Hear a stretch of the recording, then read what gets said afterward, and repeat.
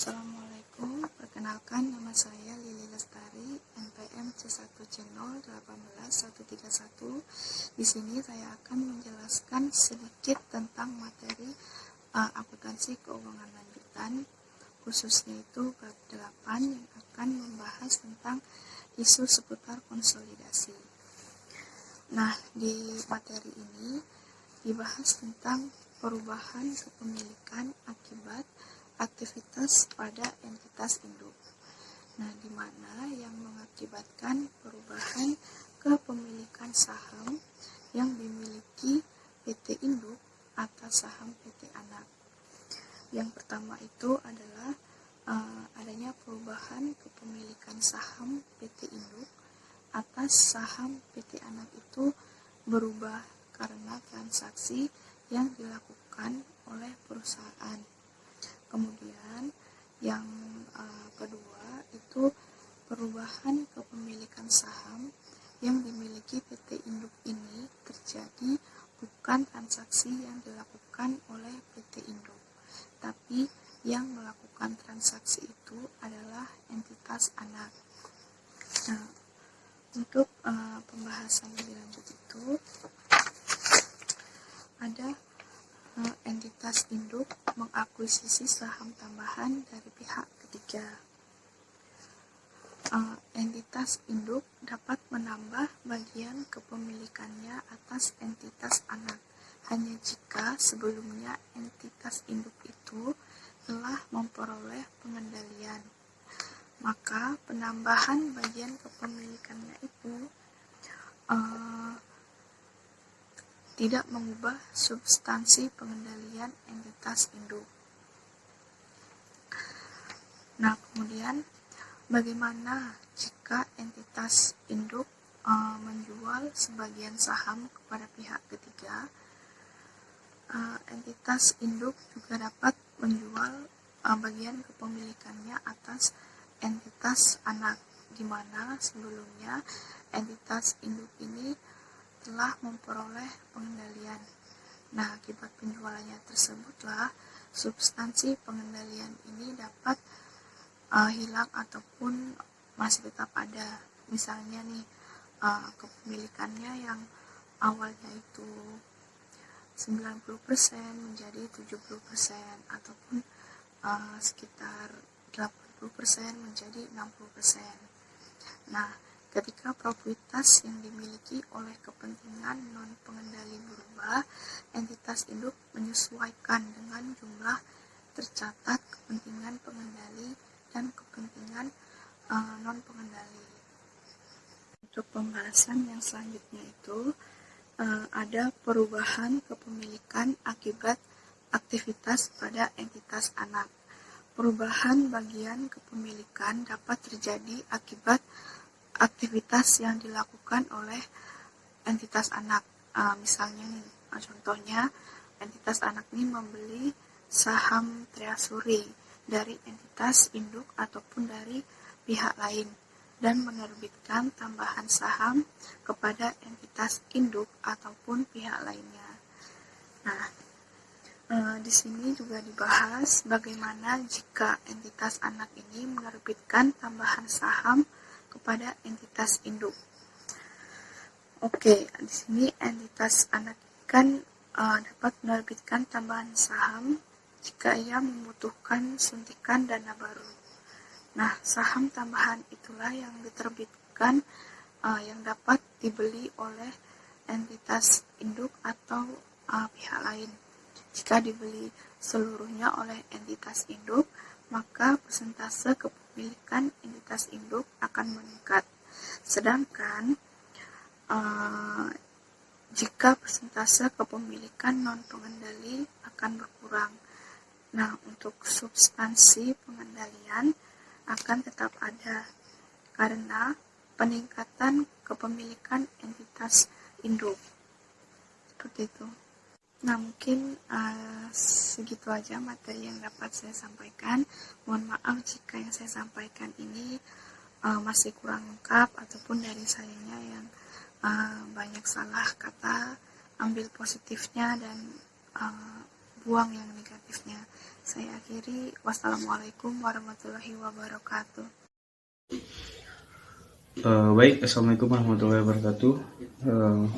Perkenalkan, nama saya Muhammad Alvin Minaldi. Saya akan melanjutkan pembahasan terkait dengan bab 8, yaitu isu seputar konsolidasian.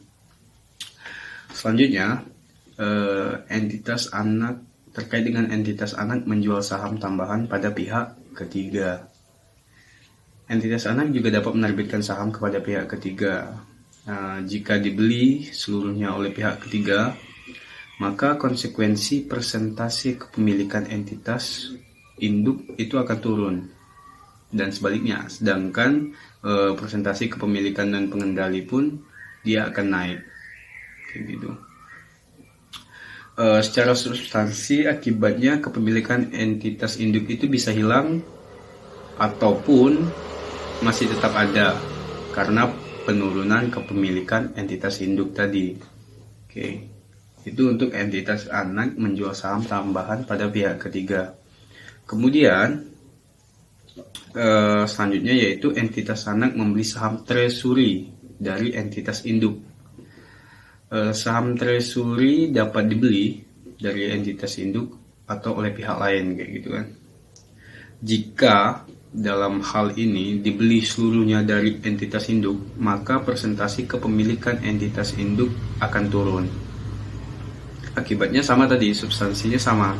Kepemilikan entitas induk bisa hilang atau ada karena penurunan kepemilikan dari entitas induk. Kemudian kita lanjut lagi masuk ke yang ketiga, entitas anak membeli saham treasury dari pihak ketiga. Dalam hal ini, jika dibeli seluruhnya dari pihak ketiga, maka persentase kepemilikan entitas induk akan naik, sedangkan persentase kepemilikan non pengendali akan turun. Akibatnya substansinya pengendalian tetap nggak berpengaruh ya, karena meningkatnya kepemilikan entitas induk. Oke, selanjutnya akuisisi pada periode interim. Akuisisi pada periode interim memiliki dampak pada penyusunan laporan keuangan. Dalam hal ini, pada akuisisi periode interim, nilai ekuitas entitas anak disesuaikan dan dinilai pada saat tanggal dia mengakuisisi, kayak gitu. Itu untuk yang terkait dengan akuisisi pada periode interim. Jadi dia itu menyesuaikan dan dinilai pada saat tanggal diakuisisi. Selanjutnya, kita akan masuk ke dalam isu konsolidasi lainnya. Terkait dengan ini, yaitu yang pertama, saham preferen entitas anak. Jika entitas anak memiliki saham preferen yang dimiliki oleh kepentingan dan pengendali dan diklasifikasikan sebagai ekuitas, maka itu dieliminasi terhadap kepentingan non-pengendali. Dalam hal ini, pemegang saham preferen tidak memiliki hak suara dalam RUPS. Jadi, pemegang saham preferen dia tidak memiliki hak suara dalam RUPS, apa biasa yang kita kenal dengan rapat umum pemegang saham. Jadi dia tidak ada hak suara, sehingga ketika dia tidak ada hak suara, maka dia diklasifikasikan sebagai kepentingan non pengendali. Dalam hal ini, menurut PSAK 65 tahun 2014, jika terdapat saham preferen dalam komponen ekuitas anak, maka entitas induk harus menghitung bagiannya atas laba atau rugi entitas anak setelah penyesuaian untuk dividen atas saham preferen tersebut. Selanjutnya kita akan masuk ke dalam dividen saham entitas anak. Jadi dividen itu bukan saja diumumkan berkaitan dengan kas, ada juga yang lain, yaitu salah satunya bentuk saham. Itu juga termasuk bentuk saham, biasa disebut itu saham bonus. jika entitas anak mengumumkan dividen, pada saat dia mengumumkan dividen saham, nilai tercatat investasi di entitas induk tidak berubah karena tidak terdapat perubahan substansi ekonomi atas dividen saham tersebut. Adapun beberapa dampak atas dividen saham oleh entitas anak terhadap laporan keuangan konsolidasian. Yang pertama itu mengeliminasi seluruh dividen oleh entitas anak. Kemudian itu juga termasuk dalam dividen saham ya. Kemudian mengeliminasi seluruh saham dan tambahan modal di store. Dia itu mengeliminasi seluruh saham dan tambahan modal di store pada entitas anak termasuk bagian yang timbul dari dividen saham. Kayak gitu. Kemudian kita masuk lagi ke dalam pembahasan berikutnya, yaitu terkait dengan pajak. Pajak penghasilan pada laporan keuangan konsolidasian. Kalau pajak itu kita bicara tentang peraturan pemerintah, itu terkait dengan peraturan pemerintah, peraturan perpajakan. Itu pajak itu yang bersifat menarik dari perorangan maupun badan yang legal yang memiliki nomor pokok wajib pajak atau yang biasa kita kenal dengan NPWP, kayak gitu kan. Yang pertama itu pajak penghasilan pada laporan keuangan konsolidasian. Menurut PSAK, ini berdasarkan aturan PSAK 46 revisi tahun 2013. Pajak penghasilan hanya mengatur perlakuan akuntansi pajak penghasilan untuk entitas tunggal, yaitu entitas induk mengakui pajak tangguhan untuk semua perbedaan temporer terkait dengan investasi dengan entitas anak. Itu untuk PSAK yang menjelaskan terkait dengan pajak penghasilan, yaitu PSAK 4 yang menjelaskan pajak penghasilan pada laporan keuangan konsolidasian, yaitu PSAK 46 revisi 2013. Oke, baik, kita masuk lagi pada pembahasan selanjutnya, yaitu terkait dengan laba bersaham konsolidasian. Berdasarkan PSAK ya, berdasarkan PSAK revisi PSAK 56 revisi 2010, laba per saham atau laba per share, laba per saham atau LPS, konsolidasian masih mengacu pada prinsip-prinsip perhitungan LPS atau entitas tunggal. Perbedaan utama adalah dalam perhitungan LPS, konsolidasian dilakukan dalam 2 tahap, yaitu pada tingkat anak dan dilanjutkan pada tingkat konsolidasian. Jika terdapat efek berpotensi saham biasa baik pada entitas anak ataupun entitas induk memiliki efek dilusi ya, maka LPS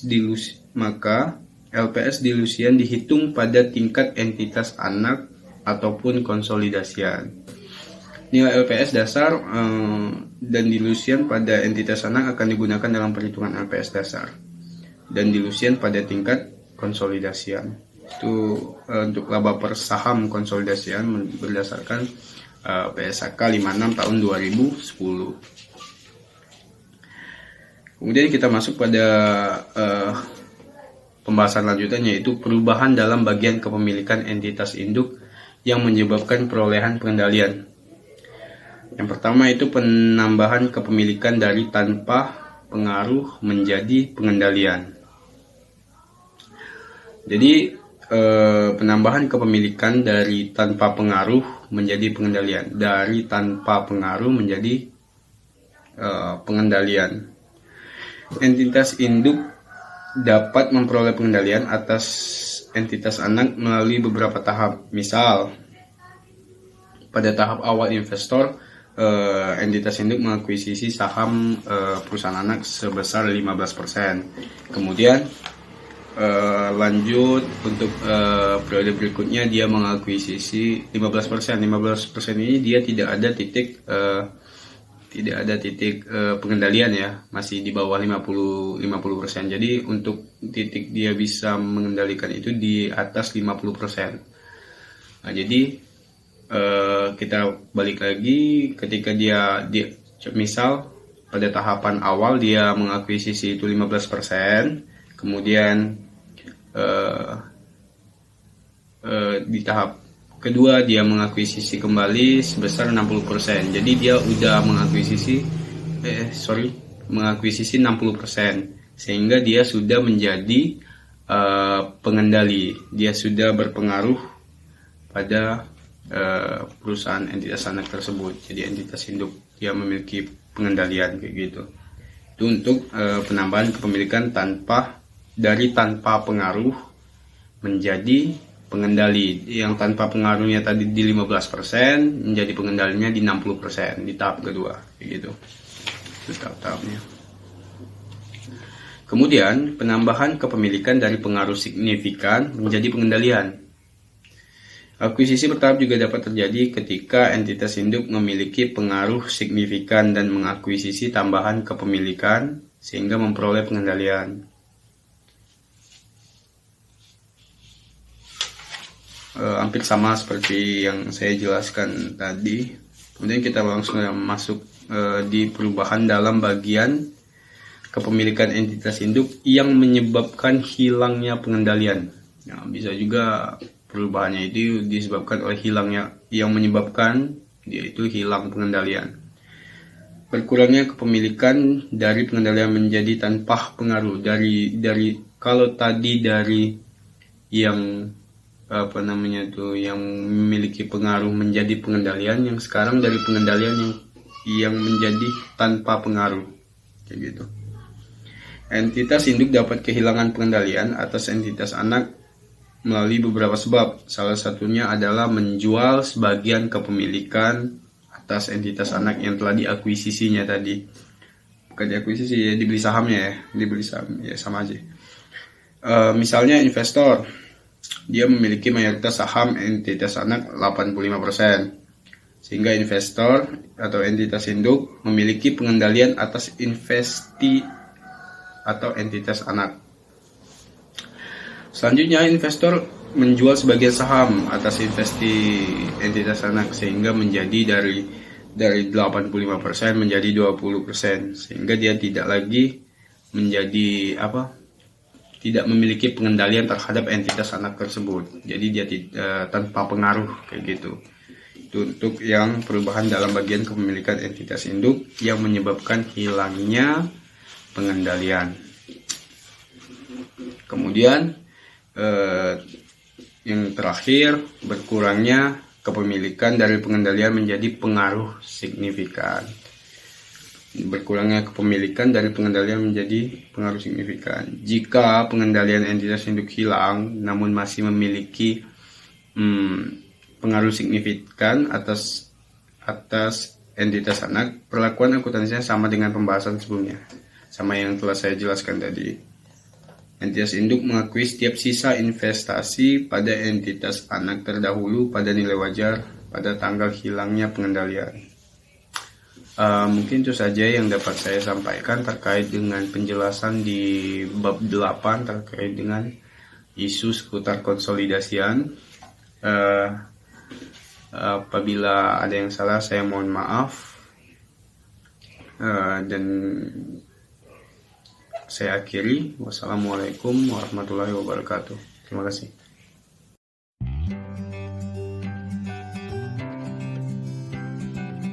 Isu pembahasan yaitu perdagangan internasional dan transaksi dengan valuta asing.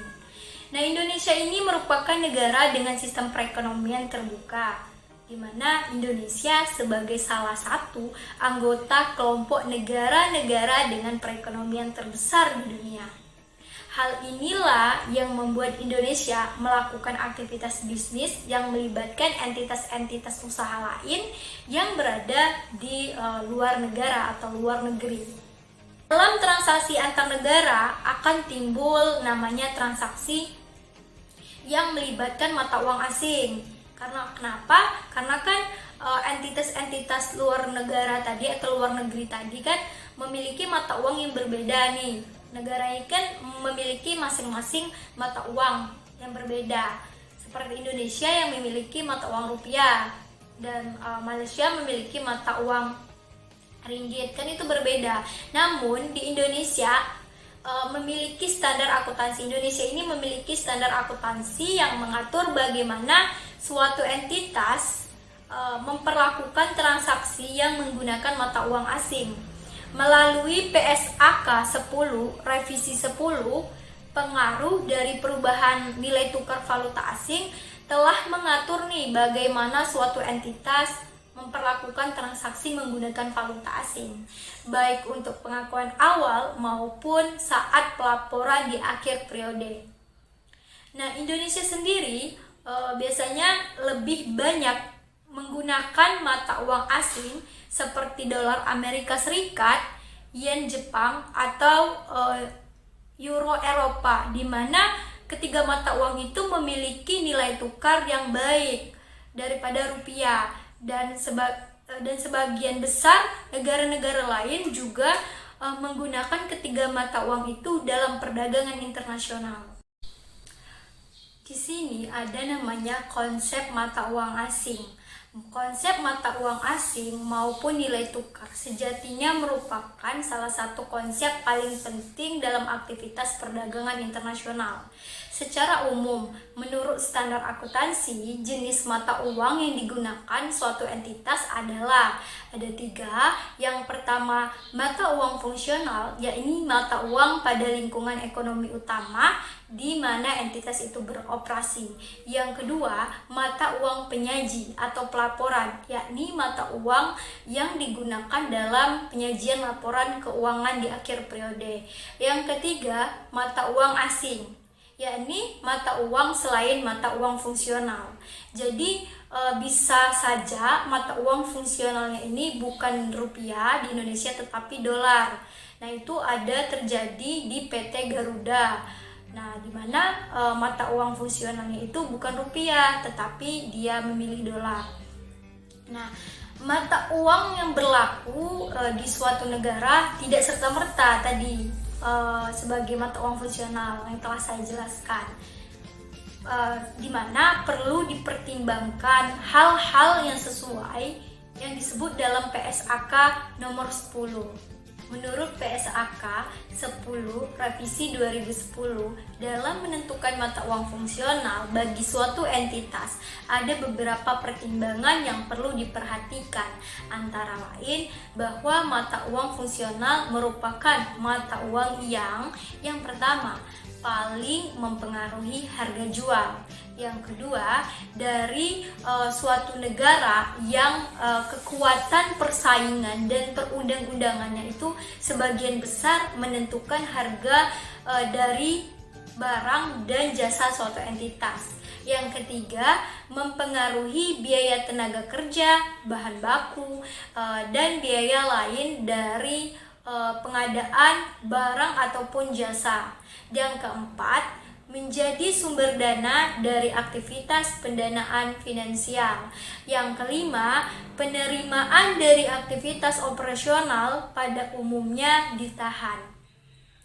Nah, seperti yang telah saya jelaskan tadi, bahwa di Indonesia sendiri ada contoh entitas dalam negeri yang menggunakan dolar sebagai mata uang fungsionalnya, yaitu PT Garuda.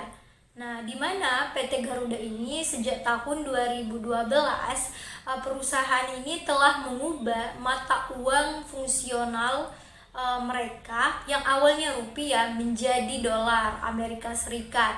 Kenapa? Karena pertimbangan bahwa transaksi bahan baku dan pendanaan aset-aset umum yang dimiliki oleh perusahaan PT Garuda ini menggunakan mata uang dolar Amerika Serikat. Walaupun PT Garuda ini telah mendapatkan pendanaan juga dalam bentuk rupiah karena penerbangan domestik, tetapi mereka masih memilih dolar Amerika Serikat sebagai mata uang fungsionalnya. jenis-jenis nilai tukar. Sebagian dampak dari keberadaan berbagai jenis mata uang yang dimiliki oleh suatu entitas, terdapat rasio perbandingan pertukaran dua mata uang yang disebut dengan kurs. Nah, dulu seluruh mata uang di dunia ini dikaitkan dengan nilai emas, dengan nilai tukar emas, di mana kesepakatan ini biasa kita kenal dengan Bretton Woods. Namun pada tahun 1971, secara sepihak Amerika Serikat ini membatalkan kesepakatan tersebut dan diganti dengan nilai tukar yang bersifat mengambang bebas atau bisa disebut free floating, yakni nilai tukar mata uang yang ditentukan oleh permintaan dan penawaran pasar. Nah, apa saja sih jenis-jenis nilai tukar yang dikenal menurut standar akuntansi? Nah, di sini ada 3 jenis. Yang pertama kurs spot, kurs penutup, dan kurs forward. Kalau kurs spot ini yakni nilai tukar untuk realisasi segera. Kurs spot ini biasanya digunakan pada kebanyakan transaksi, utama yang menggunakan mata uang asing. Nah, yang kedua itu kurs penutup, yakni kurs spot pada akhir periode pelaporan. Dan yang ketiga itu namanya kurs forward, yakni nilai tukar untuk penyelesaian transaksi di depan yang telah ditentukan. Nah, kemudian ada perbedaan nih antara nilai tukar forward dan nilai tukar spot. Biasanya disebut premi dan diskon. Kalau premi itu bisa kita sebut jika nilai kurs tadi lebih tinggi dibanding nilai tukar spot, atau kalau diskon itu kebalikan dari premi. Untuk pembahasan berikutnya yaitu kuotasi dan perubahan nilai tukar. Dalam hal ini ada 2 jenis nilai tukar, yakni nilai tukar langsung dan nilai tukar tidak langsung. Nah, kalau nilai tukar langsung itu memiliki rumus seperti jumlah mata uang lokal atau rupiah yang dibutuhkan untuk memperoleh 1 unit usaha, yaitu DER sama dengan jumlah mata uang lokal yang dibutuhkan dibagi dengan 1 unit mata uang asing. Nah, untuk sedangkan nilai tukar tidak langsung itu kebalikannya, yaitu jumlah mata uang asing yang dibutuhkan untuk memperoleh 1 unit uang lokal atau 1 rupiah. Nah, di mana IER-nya sama dengan jumlah mata uang asing yang dibutuhkan per nilai mata uang lokal atau 1 rupiah. Nah, salah satu indikator makroekonomi yang menjadi pertimbangan dalam penentuan standar baik di tingkat perekonomian suatu negara adalah nilai tukar. Maka dalam makroekonomi sendiri ini biasanya dikenal dengan ada namanya itu depresiasi dan apresiasi. Nah, kalau apresiasi itu nilai tukar yang menguat, sedangkan kalau depresiasi itu nilai tukar yang melemah. Hal ini dapat berdampak pada operasi dan berdampak juga pada akuntansi. Kalau dampak operasi itu cenderung lebih sulit untuk diukur dengan cerminan dampak real dari perubahan nilai tukar suatu mata uang. Sedangkan kalau dampak akuntansi itu dapat diidentifikasi menjadi 2, yaitu dampak transaksi dan dampak translasi. Akuntansi untuk transaksi menggunakan mata uang asing. Nah, menurut PSAK 10 revisi 2010, setidaknya terdapat 3 kelompok transaksi yang memerlukan penyelesaian dalam suatu mata uang asing. Yang pertama, transaksi pembelian, di mana transaksi pembelian atau penjualan, baik barang ataupun jasa yang harus didominasikan dalam suatu mata uang asing. Yang kedua, transaksi peminjaman atau meminjam dana ketika jumlah yang merupakan mata uang tersebut atau piutang didominasi dalam mata uang asing. Dan yang ketiga yaitu transaksi pelepasan atau perolehan aset, pengadaan atau penyelesaian suatu entitas yang didominasi dalam mata uang asing.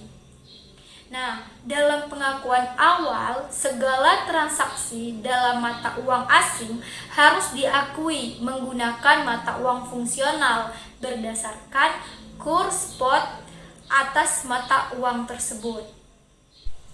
Menurut PSAK 10 revisi 2010 mengenai istilah moneter dan non-moneter, di mana pada pengukuran selanjutnya entitas ini akan mengakui selisih kurs pada laporan laba rugi untuk penyelesaian pos moneter atau pada laporan laba rugi atau penghasilan komprehensif lain untuk pos-pos non-moneter. Nah, PSAK 10 revisi 2010 mengidentifikasikan pengakuan mengenai aset tetap sebagai berikut. Ada 3. Yang pertama, pos-pos moneter perlu disajikan menggunakan kurs penutup pada tanggal pelaporan. Yang kedua, pos-pos moneter yang diukur dalam biaya histori perlu disajikan menggunakan kurs pada tanggal transaksi. Sedangkan yang ketiga yaitu pos-pos moneter yang diukur pada nilai wajar, maka perlu disajikan menggunakan kurs pada tanggal ketika nilai wajar itu ditentukan. Nah, dalam praktiknya banyak terdapat variasi transaksi dalam valuta asing yang memiliki dampak terhadap pelaporan transaksi tersebut. Antara lain ada 3 juga, yaitu transaksi pembelian atau penjualan valuta asing. Yang kedua itu transaksi pembelian atau penjualan barang atau jasa dalam valuta asing. Dan yang ketiga transaksi pembelian yang didahului. Perkenalkan, nama saya Rosa Indika, NPM C1C01815155. Di sini saya akan menjelaskan tentang bab 9, yaitu akuntansi untuk valuta asing, transaksi dalam mata uang asing. Bab 9 ini sebelumnya telah dijelaskan oleh rekan saya, yaitu saudari Amira Nabila, tetapi saya akan melanjutkan materi yang telah disampaikan rekan saya.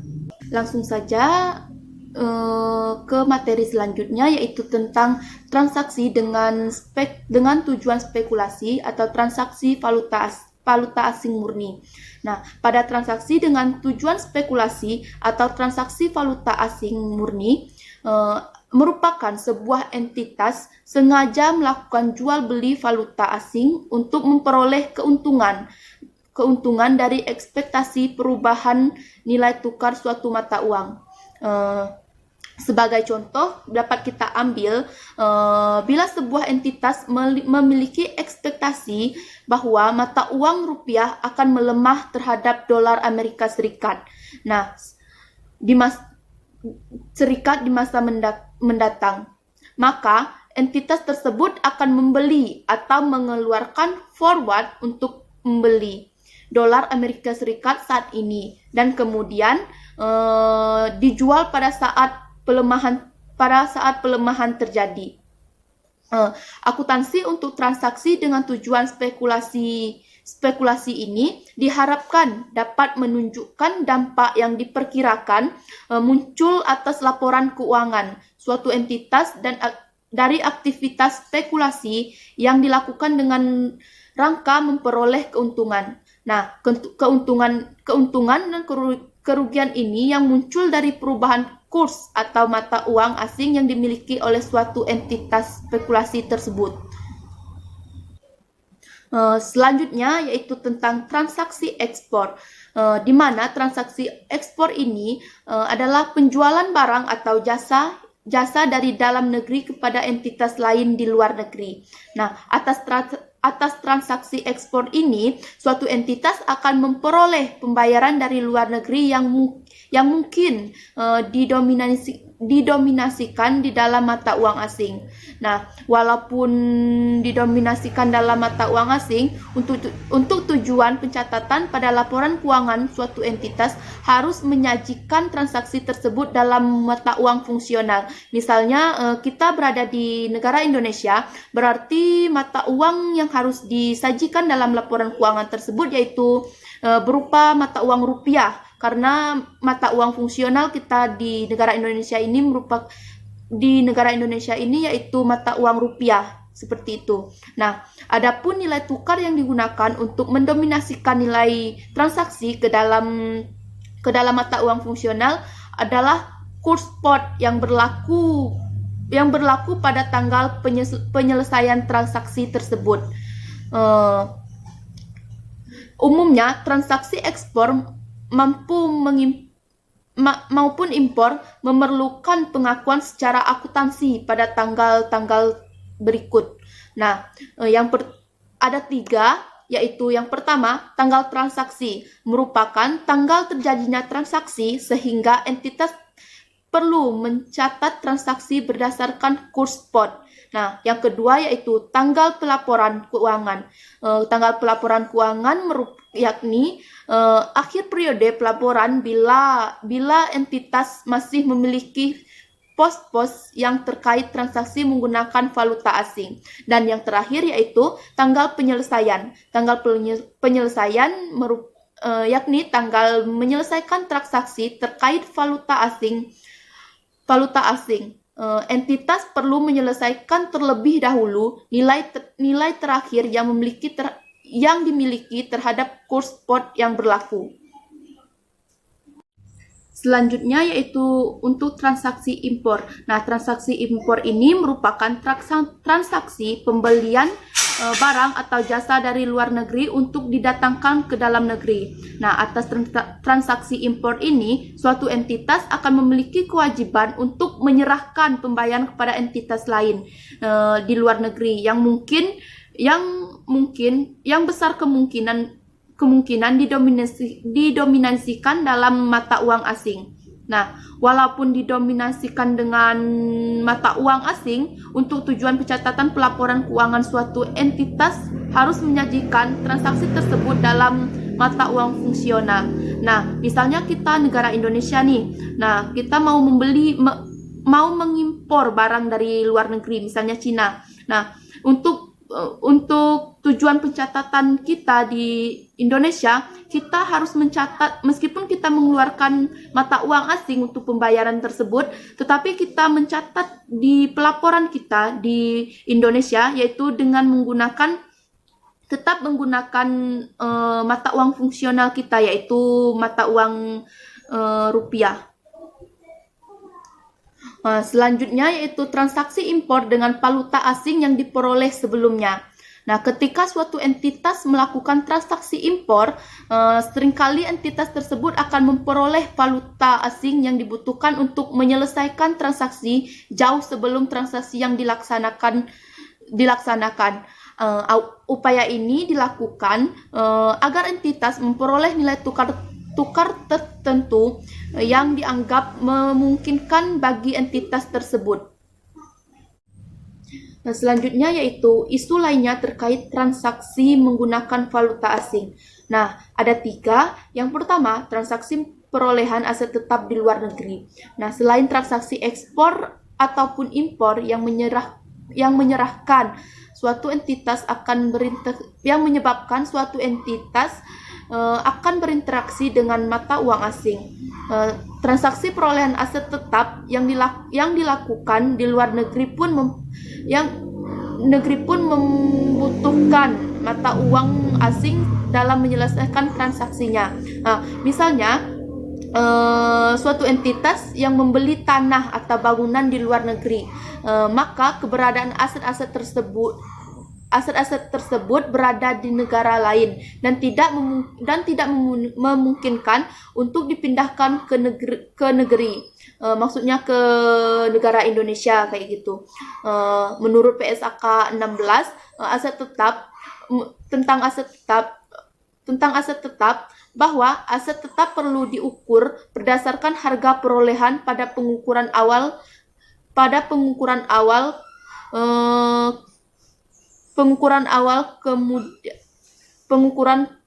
kemudian entitas tersebut. Pengukuran awal entitas tersebut dapat memilih untuk menggunakan model biaya histori atau model revaluasi untuk mengukur aset tetap pada periode-periode setelahnya. Selanjutnya, untuk isu lainnya terkait transaksi menggunakan valuta asing ini adalah perolehan aset tetap di luar negeri atau biasa disebut dengan model biaya historis.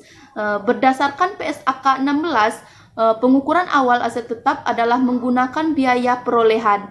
Nah, biaya perolehan ini yang didominasikan dalam mata uang asing perlu direalisasikan ke dalam mata uang fungsional entitas menggunakan kurs spot. Nah, kurs spot yang berlaku pada tanggal transaksi. Nah, untuk selanjutnya, pada tanggal pelaporan, entitas perlu mengeluarkan nilai dari aset tetap tersebut menggunakan kurs penutup. Kemudian mengakui munculnya keuntungan atau kerugian atas perubahan kurs dibandingkan dengan kurs yang digunakan saat perolehan awal atau periode pelaporan sebelumnya. Nah, untuk yang selanjutnya adalah pelaporan aset tetap di luar negeri atau model revaluasi. Pada bagian sebelumnya telah ditunjukkan bagaimana proses pencatatan untuk transaksi aset tetap di luar negeri untuk model biaya historis. Nah, selain menggunakan model biaya historis, PSAK nomor 16 memperkenalkan suatu entitas untuk menggunakan model revaluasi atau aset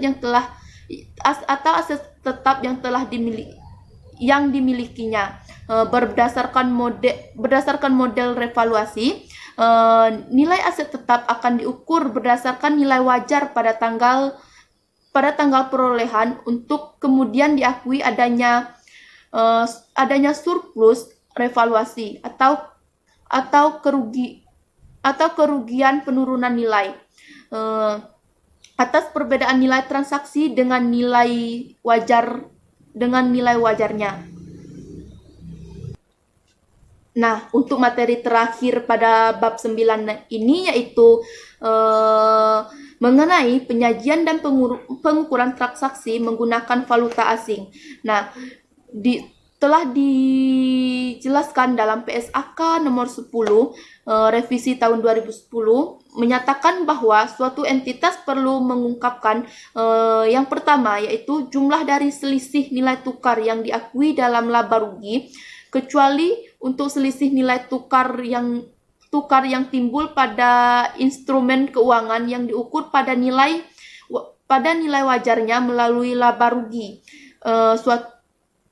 Laba rugi sesuai dengan PSAK 55. Yang kedua yaitu selisih nilai tukar diakui dalam penyajian komprehensif lain